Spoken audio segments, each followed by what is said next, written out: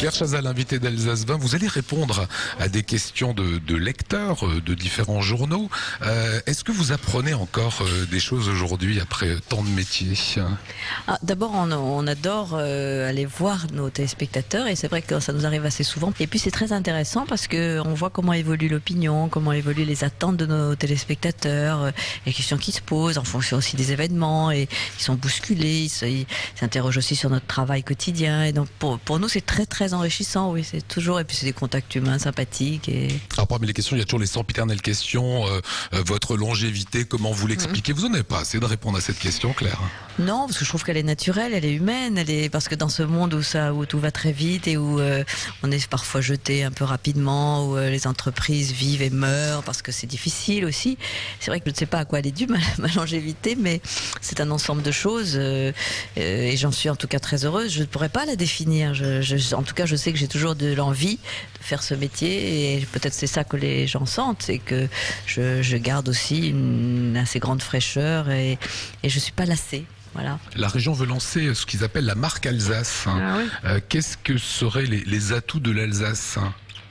Il y a un opéra, il y a un musée d'art moderne, il y a une accessibilité formidable. Moi, je vois ma région natale qui est l'Auvergne, elle n'a pas un atout considérable en termes de transport. Et déjà, l'Alsace, on est venu en 2 heures de Paris, on y passe une journée agréable. Et donc, ça, c'est formidable pour les Parisiens et en tout cas pour la fluidité des relations. Et puis, il y a aussi la présence du Parlement européen. C'est une ville qui rayonne, c'est une ville frontalière. Donc on est au cœur de l'Europe, on est vraiment, on a le sentiment qu'on est à la croisée de chemins et dans une région qui n'est pas du tout enclavée, qui est ouverte. 2 petites questions encore, l'une politique. L'Alsace est une région à droite, une des spécificités visiblement par rapport au reste de la France. En tant qu'observatrice, c'est une singularité. Justement, comment vous l'expliquez? J'imagine par l'histoire, par sans doute aussi les personnalités politiques de la région, mais sûrement essentiellement, je crois, par son histoire. Mais encore une fois, oui, c'est vraiment une situation singulière. Oui. Pas plus d'explications que ça. Non,